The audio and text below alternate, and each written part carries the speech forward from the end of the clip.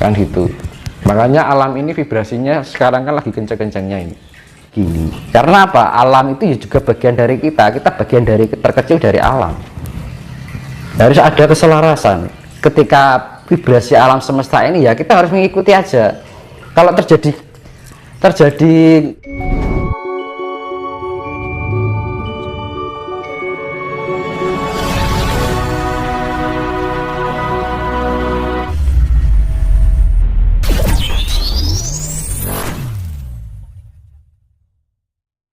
apakah dalam ajaran agama Islam, Kristen, Hindu, dan lain-lain substansi hasta brata juga ada?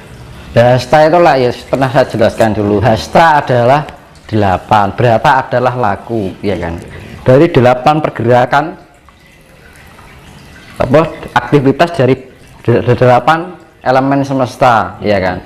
Di dunia, di bumi ini ada kehidupan kan karena ada 8 elemen semesta, yaitu Surya, Condro, Angkasa, Surya, Condro, Kartika, ya kan. Maruta, Samudra, Dahono, karo tanah. Kan ya toh. Jadi bahasa Indonesianya Surya, angkasa, Surya, Chandra, bintang. Chandra itu bulan, bintang, ya kan. Air, api, angin, tanah. Nah, bumi ini ada kehidupan kan karena ada itu tuh Mas.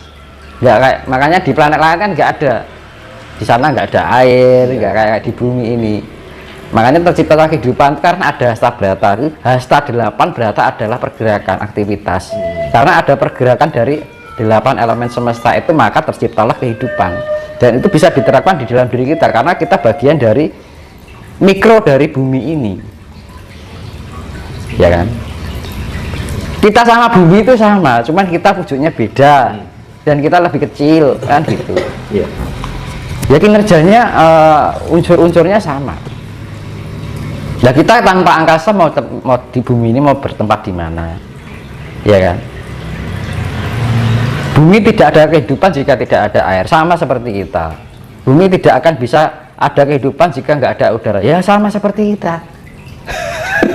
Gitu Mas. Nah itu penggambaran hasta brata itu adalah terciptanya kehidupan karena terjadi pergerakan 8 elemen semesta yang saling melengkapi. Ada pergerakan, aktivitas. Hasta brata artinya itu teman, secara hakiki ya. 8 hasta, hasta 8, brata itu laku. Artinya 8 pergerakan atau aktivitas dari 8 elemen semesta. Jadi sifatnya universal untuk bumi ini. Kan bumi ini ada kehidupan karena ada 8 itu. Coba kalau misalkan salah satu bulan dihilangi, bumi ini sudah kehilangan keseimbangan. Gitu, makanya kalau kita sembah bulan itu manembah karo bulan ya ojo dianggap musyrik kan. Tanpa bulan ya kita nggak akan terjadi tercipta kehidupan di bumi, akan kehilangan keseimbangan bumi.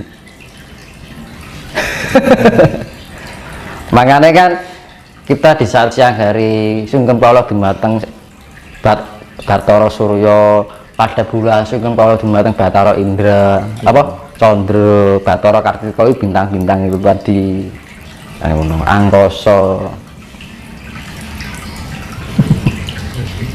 Nah, kalau kita nggak ada angkasa mau hidup di mana kan gitu. Karena angkasa itu bagaikan rumah dari alam semesta ini kan. Bagi kita orang awam Mas, apakah ada treatment khusus agar mata ketiga itu bisa terbuka? Itu pengambilan kita penyaluran energi. Jadi kita disalurkan energi, misalkan kita sudah laku banyak ini, kita ciprati energi kita, membuka kuncinya seperti itu. Nanti akan bekerja dengan sendirinya. Jadi kita sodakoh lah, istilah kita berbagi energi.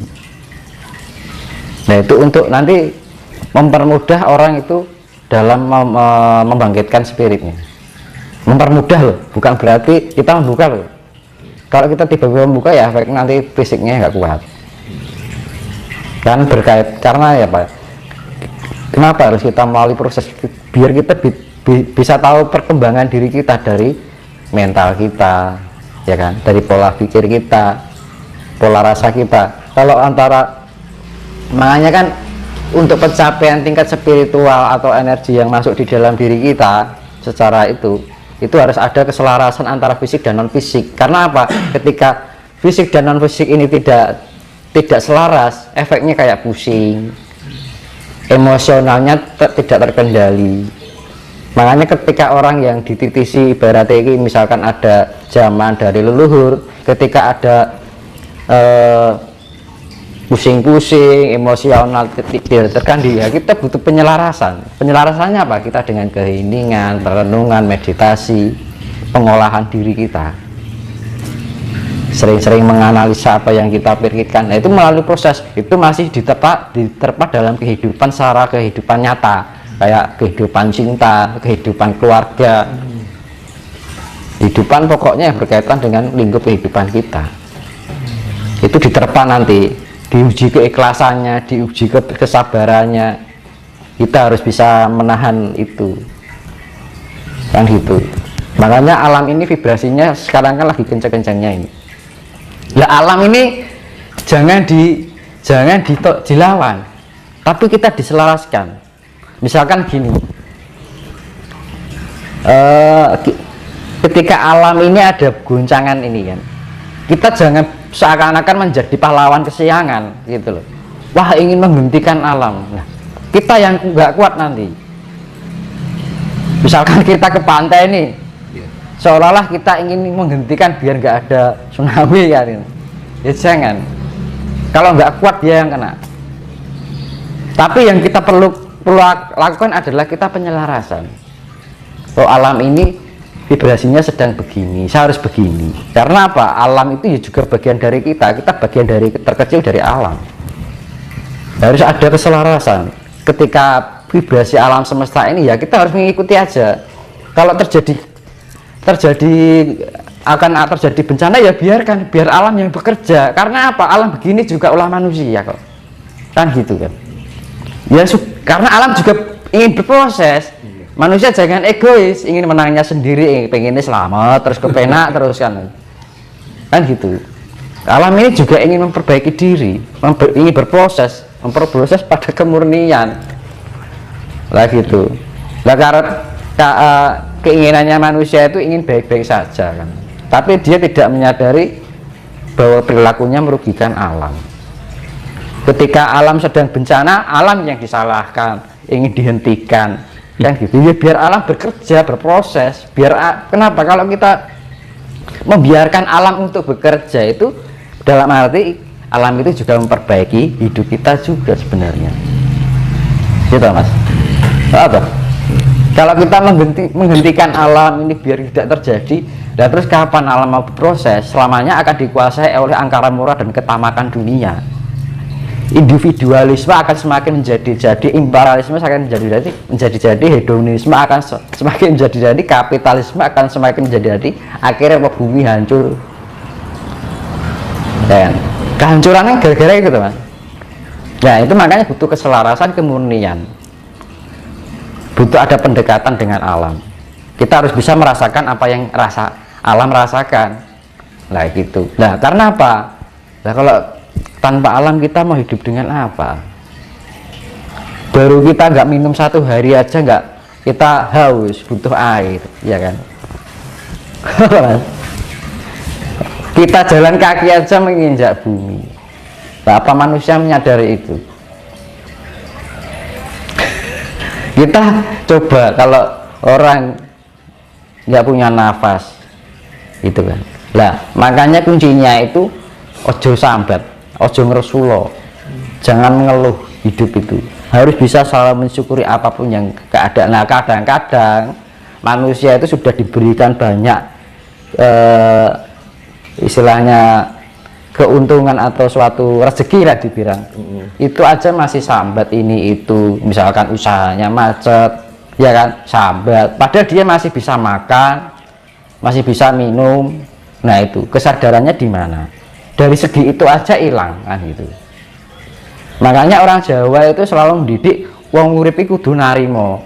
Narimo tuh banyak dan sedikitnya itu harus diterima dengan bersyukur. Orang Jawa mendidik tidak menjadi pribadi yang ambisius, tapi alon-alon waton kelakon. Makanya di dalam Candi Cethok itu disimbolisasi adalah kura-kura bertempurung loh daun cinta. Kura-kura kan jalannya pelan-pelan, ya kan. Kura-kura kan simbol keabadian. Makanya ketika orang bisa menjalani kehidupan itu Kak, dengan sabar, ikhlas, orangnya akan panjang umur. Nah terus tempurungnya berbentuk cinta. Dimanapun berada kita berada, cinta itu adalah rumah kita yang selalu kita bawa. Nah tempurung kura-kura itu, kura-kura kalau ada bahaya dia berlindung pada tempurungnya. Nah kita berlindung dengan kasih itu tadi. Manakala kita bisa menerapkan kehidupan di dalam kasih ini, Tuhan akan melindungi kita, alam pun juga. Terus orang kalau mempunyai kepribadian asih, dia nggak akan mempunyai musuh. Dilalah itu Mas. Di mana-mana selalu dihargai, disegani lah ibaratnya kan gitu.